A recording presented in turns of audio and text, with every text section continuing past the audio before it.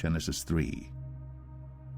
Now the serpent was more subtle than any beast of the field which the Lord God had made.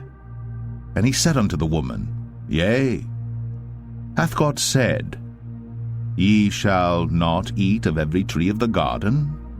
And the woman said unto the serpent, We may eat of the fruit of the trees of the garden. But of the fruit of the tree which is in the midst of the garden, God hath said, Ye shall not eat of it, neither shall ye touch it, lest ye die.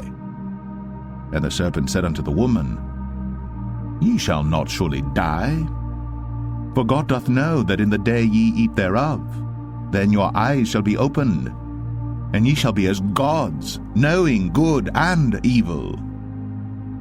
And when the woman saw that the tree was good for food, and that it was pleasant to the eyes, and a tree to be desired to make one wise, she took of the fruit thereof, and did eat, and gave also unto her husband with her, and he did eat. And the eyes of them both were opened, and they knew that they were naked. And they sewed fig leaves together, and made themselves aprons. And they heard the voice of the Lord God walking in the garden in the cool of the day. And Adam and his wife hid themselves from the presence of the Lord God amongst the trees of the garden. And the Lord God called unto Adam, and said unto him, Where art thou? And he said, I heard thy voice in the garden, I was afraid, because I was naked, and I hid myself. And he said, Who told thee that thou wast naked? Hast thou eaten of the tree whereof I commanded thee that thou shouldest not eat? And the man said, The woman, whom thou gavest to be with me, she gave me of the tree, and I did eat. And the Lord God said unto the woman, What is this that thou hast done?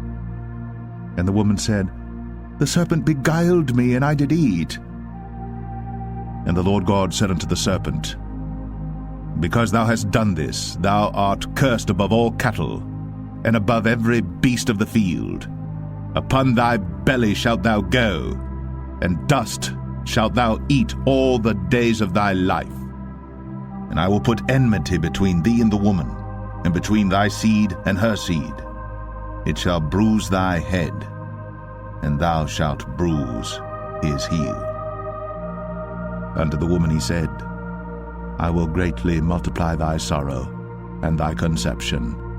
In sorrow thou shalt bring forth children, and thy desire shall be to thy husband, and he shall rule over thee. And unto Adam he said, Because thou hast hearkened unto the voice of thy wife, and hast eaten of the tree of which I commanded thee, saying, Thou shalt not eat of it, cursed is the ground for thy sake.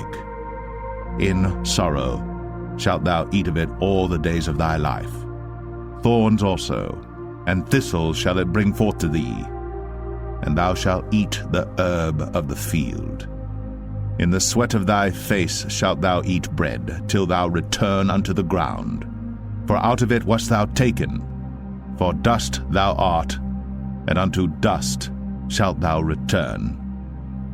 And Adam called his wife's name Eve, because she was the mother of all living. Unto Adam also and to his wife did the Lord God make coats of skins, and clothed them.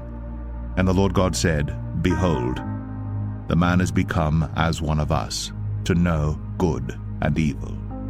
And now, lest he put forth his hand, and take also of the tree of life, and eat, and live forever. Therefore the Lord God sent him forth from the Garden of Eden, to till the ground from whence he was taken.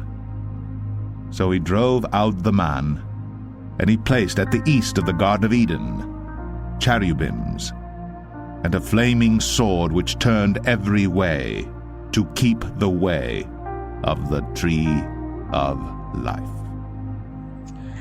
Thank you for watching. Next chapter will be posted next week. Subscribe and hit the bell to stay updated.